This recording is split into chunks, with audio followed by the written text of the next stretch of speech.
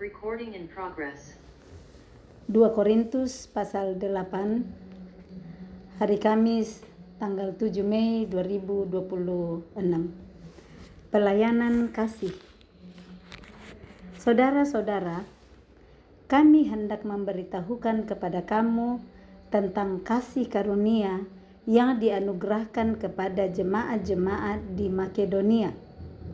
Selagi dicobai dengan berat dalam pelbagai penderitaan, sukacita mereka meluap, dan meskipun mereka sangat miskin, namun mereka kaya dalam kemurahan.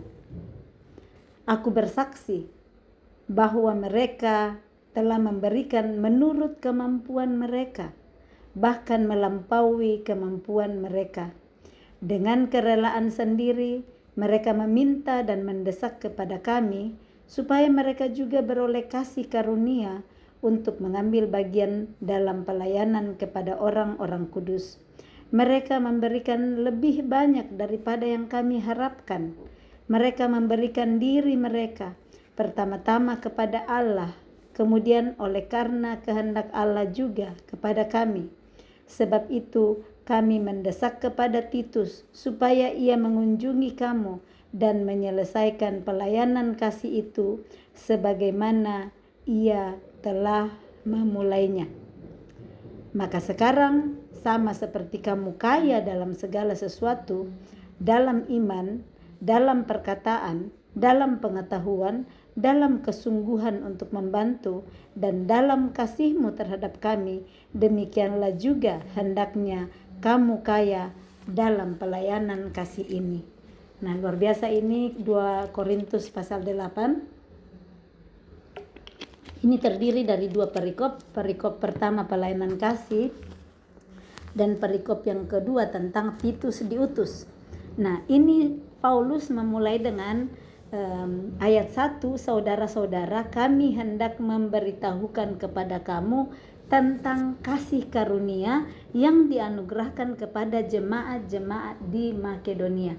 Nah, ini yang mau disampaikan oleh Paulus tentang kasih karunia yang Tuhan anugerahkan kepada jemaat-jemaat di Makedonia. Untuk lebih tahu dan mengerti kasih karunia yang seperti apa itu, kita lihat di ayat 2. Nah, ayat 2 dikatakan bahwa selagi dicobai dengan berat dalam pelbagai penderitaan, sukacita mereka meluap. Jadi sekalipun mereka dicobai dengan berat. Biasanya kalau dicobai dengan berat kan orang hilang sukacita ya. Kerjanya cuma nangis, mengeluh. Oh Tuhan, kenapa hidupku begini Tuhan? Kenapa Tuhan tetanggaku baik-baik, saya begini? Nah, seperti itu biasa kalau orang dapat pencobaan, penderitaan. Nah, cobaan yang dialami orang-orang Makedonia, jemaat di Makedonia itu bukan cobaan biasa, tetapi dikatakan selagi dicobai dengan berat. Berarti bukan ujian yang cobaan yang mudah. Bukan cuma ujian mungkin kalau yang contohnya yang ringan-ringan aja ya. Bukan yang ringan. Bukan cuma karena mereka mau makan ikan teri contohnya baru tidak ada ikan teri, itu kan masih gampang ditahan ya, tetapi berat. Ini penderitaan yang dialami oleh orang Makedonia dalam berbagai penderitaan. Jadi dicobai dengan berat dalam berbagai penderitaan, bukan cuma satu penderitaan, berbagai artinya banyak pencobaan. Tetapi apa itu kasih karunia yang mereka dapat? Sukacita mereka meluap. Jadi saat kita mengalami penderitaan, saat kita mengalami ujian, mungkin dalam sakit penyakit, tidak ada pekerjaan, tidak ada mungkin relasi tidak bagus, baik di pekerjaan, di pelayanan, atau di keluarga, itu diuji dengan berat. Bisanya kan itu yang saya bilang tadi, orang nangis-nangis semua, tapi ini mereka malah mendapat kasih karunia. Jadi bentuk kasih karunia itu adalah sukacita mereka meluap. Meluap itu sukacita artinya maksimum joy. Ya, kami belajar di kelas pemuridan 3 kunci kerajaan sorga untuk tema KCC. Nama kelas pemuridan yang saya ikuti adalah KCC Kingdom Community Center. Nah, dari Kingdom Community Center ini pemimpin kami dipercaya Tuhan dengan hikmat-hikmat untuk tema tahun 2026 adalah kunci kerajaan sorga yang terdiri atas 3, yaitu the blood, darah Yesus, yang kedua adalah maximum joy, dan yang ketiga adalah terapi. Dan kami sangat bersyukur sebagai murid, saya sangat bersyukur mendapat pelajaran ini. Kami kerjakan setiap hari, mempercayai bahwa hanya darah Yesus yang membuat segala dosa-dosa yang harusnya saya tanggung sudah ditanggung oleh Yesus, sehingga saya bisa berani datang kepada Bapa. Saya bisa berani berkata, saya anaknya Bapa, karena Yesus sudah menanggung segala dosa kita. Terus maksimum joy ini bukan artinya menjadi anak Yesus, sudah menerima Yesus, artinya 0 masalah. Itu impossible. Kalau dibilang apakah ada yang impossible? Impossible orang tidak ada masalah di hidup. Impossible tidak ada yang mengalami ujian di dalam hidup. Jadi ini yang maksudnya bahwa dalam mengalami ujian di dalam kehidupan, biasanya kan orang kehilangan sukacita. Orang gak bisa berjoy lagi. Tetapi dalam hal ini dikatakan bahwa sukacita mereka meluap. Inilah kasih karunia yang didapat oleh jemaat di Makedonia. Sekalipun penderitaan mereka, berbagai-bagai macam penderitaan, dan itu bukan cobaan yang biasa-biasa tapi berat, tetapi sukacita mereka meluap. Kembali saya bilang, ada yang kata meluap itu berarti berlimpah-limpah sukacita. Nah, padahal situasi mereka sebenarnya mau berlimpah-limpah nangis-nangis kan, berlimpah-limpah mewek kata bahasa Jawa, tetapi mereka malah sukacita meluap. Dan meskipun mereka sangat miskin, mereka ternyata jemaat di Makedonia itu miskin, dan bukan miskin biasa, sangat miskin. Berarti lebih lagi di bawah tingkatan dari miskin, karena mereka sangat miskin. Namun mereka kaya dalam kemurahan.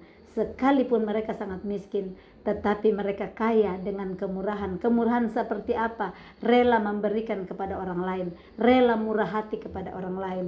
Dan orang-orang Makedonia, mereka sangat miskin, namun mereka kaya dalam kemurahan. Ini yang menjadi kasih karunia yang orang-orang Makedonia terima daripada Tuhan. Jadi kasih karunia bukan cuma berlimpah-limpah itu uangnya, berlimpah-limpah hartanya, berlimpah-limpah mobilnya, berlimpah-limpah tanahnya, berlimpah-limpah rumahnya. Tidak begitu. Ini contoh yang kita bisa lihat bahwa namanya kasih karunia itu ternyata bisa saat ujian berat dialami dalam hidup, dan hati bisa tetap meluap dengan sukacita. Sekalipun sangat miskin, tetapi mau memberi. Kadang saya ketawa ya, saya lihat karena kita orang Indonesia cepat sekali kebiasaan memberi ya. Bahkan kalau pergi jalan-jalan, biasanya nggak pikir dirinya, sudah pikir siapa tetanggaku mau dibelikan ini, mau oleh-oleh ya, oleh-oleh, seperti itu. Nah, padahal mungkin untuk beli untuk mereka sendiri nggak ada, kurang lebih seperti itu. Nah, ini orang di Makedonia seperti itu. Mereka sangat miskin tapi kaya dalam kemurahan. Nah, ayat yang ketiga, aku bersaksi bahwa mereka telah memberikan menurut kemampuan mereka. Jadi Paulus bilang aku bersaksi karena persembahannya dia berikan kepada Paulus. Kalau kita ingat ya, dibawa ke Yerusalem kepada orang-orang kudus yang membutuhkan. Nah, Paulus bilang akulah yang bersaksi. Paulus jadi saksinya. Dia melihat bagaimana orang-orang di Tesalonika,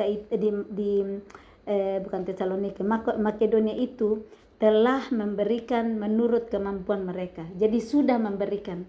Mereka belum, kan kata telah dan kata akan beda. Kalau akan artinya belum, baru rencana. Tapi ini telah memberikan menurut kemampuan mereka. Ada kata bahkan melampaui kemampuan mereka. Mereka beri jauh lebih dari yang mereka bisa.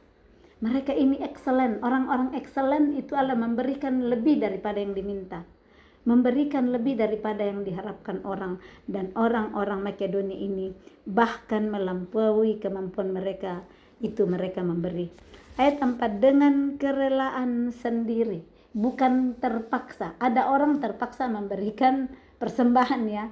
Ada orang terpaksa karena nggak enak, sudah diminta-minta terus, dikasih amplop lagi. Nggak enak karena udah ada amplop ya, terpaksa aja masukin di dalam, seberapa dia mau. Jadi ini orang-orang dari Makedonia dengan kerelaan sendiri. Mereka meminta dan mendesak kepada kami, bahkan mendesak ini orang Makedonia, memaksa kepada kami supaya mereka juga beroleh kasih karunia untuk mengambil bagian dalam pelayanan kepada orang-orang kudus. Orang Makedonia bisa sekali bilang, ya kan Paulus ngerti nanti ini, kami kan nggak ada, kami sendiri sangat miskin. Paulus nggak akan bilang lah ini orang-orang Makedonia nggak kasih apa-apa. Biasa kita ya berpikir seperti itu. Apa kata orang? Jadi kita memberi karena terpaksa aja, nggak enakan. Nanti kan bilang, oh jemaat di sana kasih, jemaat di sini kasih. Kita enggak, ya terpaksa aja lah, padahal nggak bisa.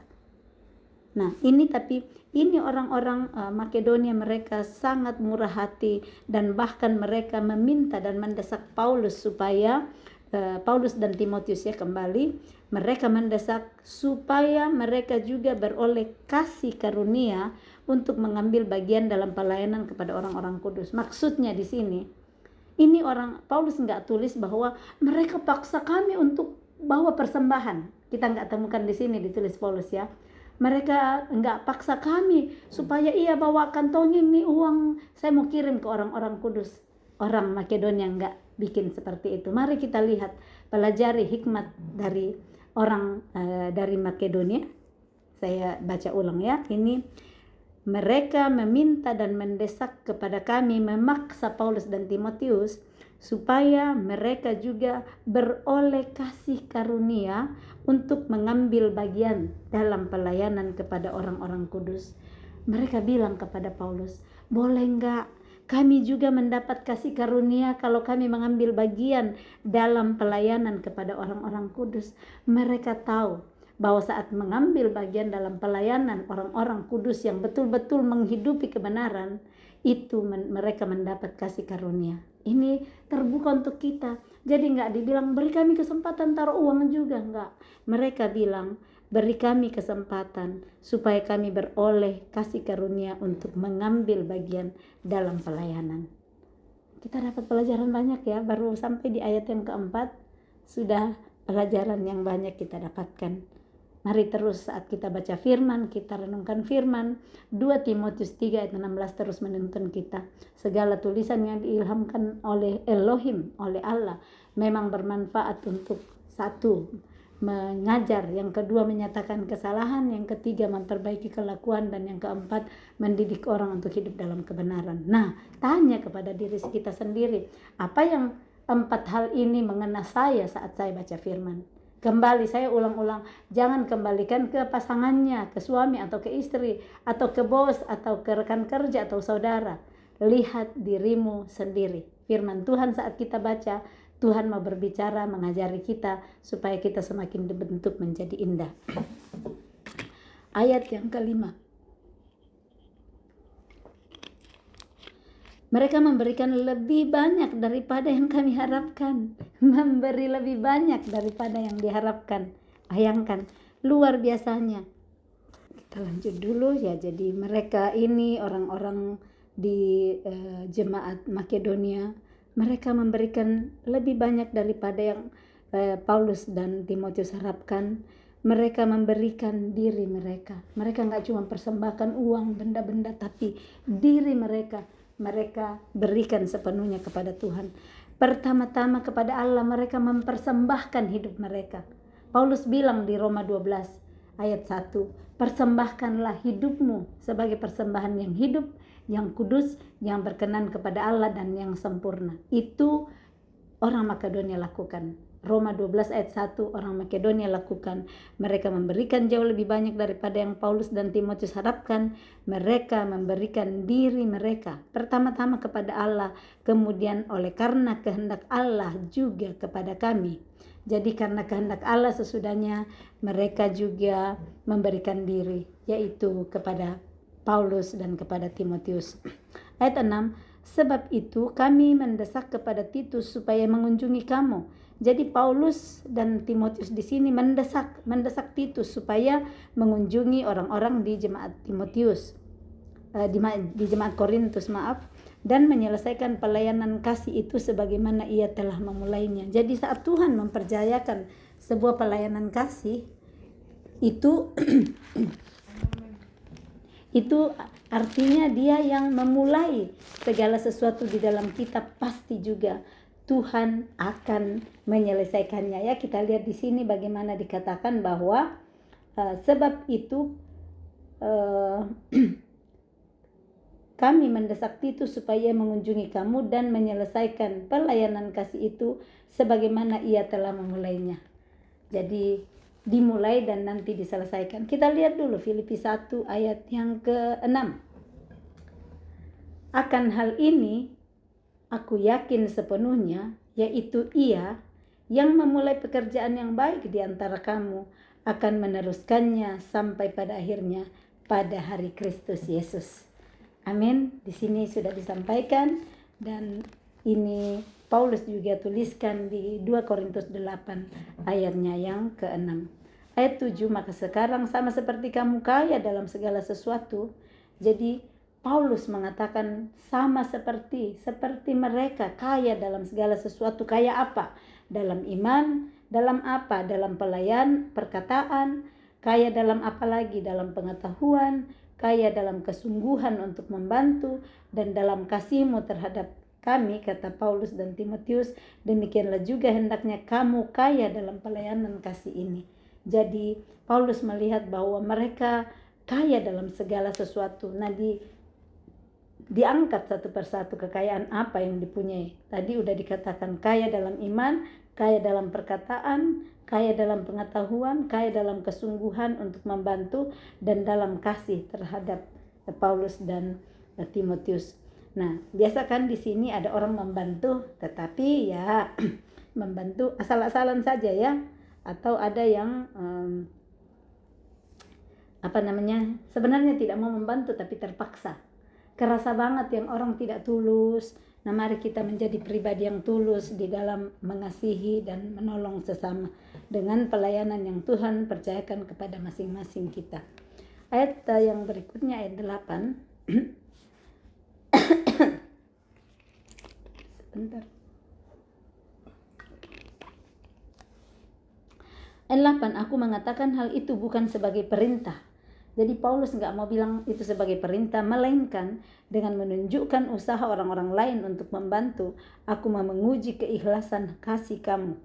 Jadi ada ujian yang Paulus mau lakukan untuk orang-orang di Timotius ini, yaitu menguji keikhlasan kasih mereka. Karena ya betul ya, kadang orang punya kasih tetapi nggak ikhlas mengasihi karena ada udang di balik batu, ada kemauan tersendiri untuk dirinya. Jadi makanya Paulus mengatakan di sini, saya ulang ayat 8, aku mengatakan hal itu bukan sebagai perintah, melainkan dengan menunjukkan usaha orang-orang lain untuk membantu, atau aku mau menguji keikhlasan kasih kamu. Jadi keikhlasan kasihnya orang-orang Korintus ini yang Paulus mau diuji keikhlasannya. Nah, ayat 9, karena kamu telah mengenal kasih karunia Tuhan kita Yesus Kristus, bahwa Ia oleh karena kamu menjadi miskin sekalipun Ia kaya, supaya kamu menjadi kaya oleh karena kemiskinannya.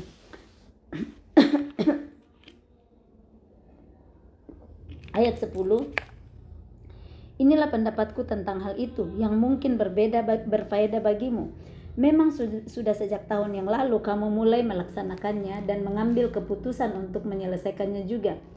Maka sekarang selesaikan jugalah pelaksanaannya itu. Hendaklah pelaksanaannya sepadan dengan kerelaanmu, dan lakukanlah itu dengan apa yang ada padamu. Sebab jika kamu rela untuk memberi, maka pemberianmu akan diterima. Tetapi kalau kalau pemberianmu itu berdasarkan apa yang ada padamu, bukan berdasarkan apa yang tidak ada padamu. Jadi mari kita tulus dan memberi, mari kita rela memberi, tetapi berdasarkan apa yang ada pada kita, bukan berdasarkan apa yang tidak ada pada kita. Nah kadang kita mau memberi padahal tidak punya, jadi paksa-paksa pinjam atau paksa minta sama anak atau minta sama cucu atau bagaimana. Nah seperti ini nggak usah memberi kalau nggak punya. Ini maksudnya Paulus. Jadi kamu memberi dengan rela dan pemberianmu itu akan diterima kalau pemberianmu itu berdasarkan apa yang ada padamu. Karena kalau kita nggak punya dan mau memberi juga ya pasti main paksa-paksa lah ke orang lain kan, minta supaya namanya bisa memberi juga supaya dipuji-puji nanti orang. Kenapa memaksa untuk memberi ya? Karena mau dipuji juga, mau seperti orang lain yang memberi. Jadi terimalah rendah hati. Kalau saya tidak bisa ya oke Tuhan, Engkau tahu hatiku, saya tidak bisa memberi, Engkau tahu hidupku seperti ini. Jangan karena lihat orang lain bikin mau juga bikin, karena itu tidak rela dan tidak tulus. Mari kita memberi seperti apa yang ada pada kita, bukan berdasarkan apa yang tidak ada pada kita. Ayat 13, sebab kamu dibebani bukanlah supaya orang-orang lain mendapat keringanan, tetapi supaya ada keseimbangan. Jadi yang dia bilang dibebani supaya ada keseimbangan, maksudnya kan ada yang orang sudah punya, nah itu yang bisa lebih memberi lebih banyak, dan orang-orang kasihan yang lebih sedikit tetap memberi tetapi sesuai dengan kemampuan. Jadi supaya ada keseimbangan. Ayat 14, maka sehendaknya sekarang ini kelebihan kamu mencukupkan kekurangan mereka, agar kelebihan mereka kemudian mencukupkan kekurangan kamu, supaya ada keseimbangan. Seperti ada tertulis, orang yang mengumpulkan banyak tidak kelebihan, dan orang yang mengumpulkan sedikit tidak kekurangan. Ada kerjasama, ada balas kasih kepada yang lain. Jangan kalau kita sudah punya, oh urusanmu sendiri, bukan urusan gue, yang capek pergi kerja siapa, saya. Tapi jangan juga bikin begitu untuk orang yang memang bermalas-malasan ya. Karena orang bermalas-malasan, oh iya nanti saya dikasih karena dia lebih banyak. Jangan kasih orang begitu, orang malas. Jadi kalau sudah berusaha tetapi bagiannya cuma dapat seberapa, bagilah kepada mereka. Jadi kita perlu dapat hikmat juga dalam hal pengajaran seperti ini. Jangan pegang aja, oh iya nggak apa-apa saya tinggal enak-enak aja nongkrong nonton TV, kan katanya dibagi bagi yang banyak. Jangan kasih orang begitu ya, karena ini orang malas namanya. Ayat yang berikut ayat 16 dengan perikop Titus diutus. Syukur kepada Allah syukur kepada Allah yang oleh karena kamu mengaruniakan kesungguhan yang demikian juga dalam hati Titus untuk membantu kamu. Jadi Paulus mengajak mereka untuk bersyukur kepada Allah yang oleh karena orang Korintus, Tuhan mengaruniakan kesungguhan yang melayani dengan rela itu dalam hati Titus. Itu maksudnya. Karena sesudahnya kan Titus diutus ke Korintus, dan itu butuh kesungguhan hati, butuh kerelaan, karena orang Korintus kan orang-orang pintar-pintar dan pastinya orang-orang yang merasa lebih dari orang lain, orang kaya. Nah ini kan yang Paulus ngajarin, terimalah dia dengan jangan lihat sebagai anak muda tetapi sebagai pelayan firman Tuhan seperti dia. Nah ini yang diajarkan Paulus, bahwa Titus punya kasih, Tuhan mengaruniakan kesungguhan hati kepada Titus. Itulah kasih karunia yang didapat untuk membantu orang-orang di Korintus. Ayat 17, memang ia menyambut anjuran kami, tetapi dalam kesungguhan yang besar itu ia dengan sukarela pergi kepada kamu. Bersama-sama dengan dia kami mengutus saudara kita yang terpuji di semua jemaat karena pekerjaannya dalam pemberitaan Injil. Jadi artinya dalam hal ini memang Titus itu kan dianjurkan oleh Paulus, dikirim Paulus ke jemaat di Korintus. Tetapi dalam kesungguhannya yang besar itu ia dengan sukarela. Jadi betul dia mendengar nasihat anjuran Paulus untuk pergi ke jemaat di Korintus, tetapi ini Titus memang dalam dia bersungguh-sungguh hati dan dia sukarela pergi. Jadi bukan karena iya kan saya disuruh Paulus, saya harus hormat, dia otoritas saya ya. Tetapi Titus dia dengan sukarela, dengan kesungguhan yang besar dia pergi. Apakah saudara sudah seperti itu saat pemimpin minta pindah bagian sebentar atau kerja yang lain yang kita tahu di situ tidak gampang ini bagian karena orangnya di sana galak-galak, orangnya sombong-sombong. Apakah mau rela juga pergi atau bilang, bos aku mau pergi tapi please jangan kirim aku ke sana, orangnya terlalu galak, saya nggak bisa masuk. Atau bilang, kemanapun bos suruh saya siap untuk pergi. Inilah orang yang rendah hati seperti Titus. Yang berikutnya ayat yang ke-18, bersama-sama dengan dia kami mengutus saudara kita yang terpuji di semua jemaat karena pekerjaannya dalam pemberitaan Injil. Dan bukan itu saja, ia juga telah ditunjuk oleh jemaat-jemaat untuk menemani kami dalam pelayanan kasih ini yang kami lakukan untuk kemuliaan Tuhan dan sebagai bukti kerelaan kami. Sebab kami hendak menghindarkan hal ini, bahwa ada orang yang dapat mencela kami dalam hal pelayanan kasih yang kami lakukan dan yang hasilnya sebesar ini. Karena kami memikirkan yang baik bukan hanya di hadapan Tuhan, tetapi juga di hadapan manusia. Jangan cuma pikir baik di depan Tuhan, di depan manusia ya siapa lo, kan biasa bilang, siapa lo, aku kan lebih tua dari kamu, aku lebih pintar dari kamu, aku lebih kaya dari kamu. Nah, yang melihat seperti ini Paulus bilang bahwa mereka memikirkan yang baik bukan hanya di hadapan Tuhan tetapi juga di hadapan manusia. Jangan kita sok suci saja di depan Tuhan tapi di hadapan manusia kita pandang enteng di sana. Ayat 22, bersama-sama dengan mereka kami utus seorang lain lagi, yakni saudara kita yang telah beberapa kali kami uji dan ternyata selalu berusaha untuk membantu. Paulus mengirim orang-orang yang sudah diuji. Paulus nggak ngirim sembarangan orang. Paulus pelajari itu murid-muridnya, itu anak-anak rohaninya, anak-anak rohani yang dia percaya yang dia kirim. Dia nggak akan kirim yang nggak teruji. Dikirim cuma pergi tidur-tidur, main game, main handphone.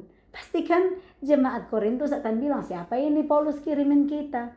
Paulus nguji dulu. Paulus pelajari karakter-karakter anak-anak rohaninya. Dan dia kirim Titus, itu pertama. Terus yang tadi kan ada yang kedua itu dia katakan, bersama-sama dengan dia kami mengutus saudara kita. Jadi ada yang lain, nggak ditulis di sini namanya ya. Dia mengutus saudara kita di sini. Paulus bilang, kenapa dia diutus? Yang terpuji di semua jemaat karena pekerjaannya dalam pemberitaan Injil. Orang pilihan Paulus untuk diutus adalah orang yang terpuji di semua jemaat karena pekerjaannya dalam pemberitaan Injil. Mungkin ada 20 orang, tetapi satu itu diutus karena apa? Dia terpuji di semua jemaat karena pekerjaannya dalam pemberitaan Injil. Dia melakukan yang excellent. Kenapa dia diutus? Dan yang ini dikatakan, dan bukan itu saja, ia juga telah ditunjuk oleh jemaat-jemaat untuk menemani kami. Bukan cuma Paulus yang melihat, tetapi jemaat-jemaat melihat dan menunjuk orang ini. Maaf, saya nggak lihat namanya ditulis, jadi saya tidak tahu siapa. Saya tidak sempat cari di situ. Tetapi untuk melihat di dalam pelayanan kita, dimanapun kita berada, berikan yang terbaik. Berikan yang terbaik, maka saat ada yang akan diutus, pasti saudara yang terpilih diutus. Karena seperti ini kriteria yang dikatakan oleh Paulus di dalam siapa yang nantinya diutus di dalam pelayanan kasih ini. Nah, yang tadi seperti pertama bahwa dia adalah yang terpuji di antara semua jemaat karena pekerjaannya dalam pemberitaan Injil. Dan ini dia ditunjuk oleh jemaat juga. Jadi ditunjuk oleh orang banyak untuk menemani Paulus di dalam pelayanan kasih. Dan ini kenapa sampai dia dipilih, ditunjuk? Pasti jemaat melihat cara hidupnya. Jemaat mempelajari. Ini nggak pintar aja berkoar-koar di depan, tetapi dia menghidupi firman yang dia koar-koarkan tersebut. Sehingga dia dipilih oleh jemaat. Nggak mungkin jemaat pilih orang yang pintar teori tapi nggak ada praktek di sana. Yang berikut, sebab kami hendak menghindarkan hal ini, bahwa ada orang yang dapat mencela kami dalam hal pelayanan kasih yang kami lakukan dan yang hasilnya sebesar ini. Karena kami memikirkan yang baik bukan hanya di hadapan Tuhan tetapi juga di hadapan manusia. Ayat 22, bersama-sama dengan mereka kami utus seorang lain lagi. Ini kan yang ketiga yang diutus, seorang lain lagi.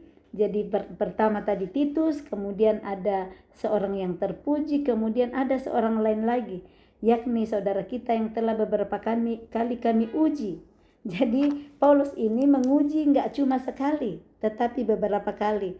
Nah, kita bisa lihat juga di dalam hal mau bekerja pun kan, kita ingat ya, ada beberapa proses ujian, ada level-level. Level pertama wawancara, level kedua mungkin disuruh datang bikin stagiaire, dilihat cara kerjanya, level ketiga dilihat lagi suka lambat atau enggak, banyak ujian untuk memilih orang yang akan diutus di sini.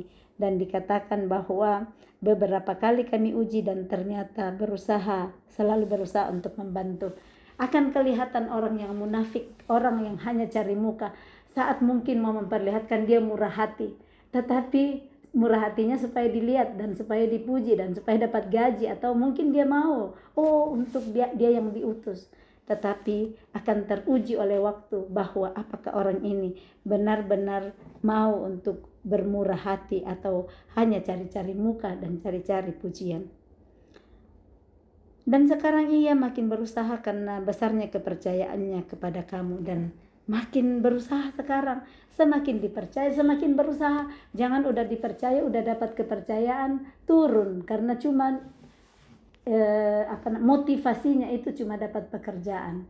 Jadi munafik, membohongi diri sendiri kalau bertindak seperti itu. Ayat yang ke-23, Titus adalah temanku yang bekerja bersama-sama dengan aku untuk kamu. Saudara-saudara kami yang lain itu adalah utusan jemaat-jemaat dan suatu kemuliaan bagi Kristus. Karena itu tunjukkanlah kepada mereka di hadapan jemaat-jemaat bukti kasihmu dan bukti kemegahanku atas kamu. Amin.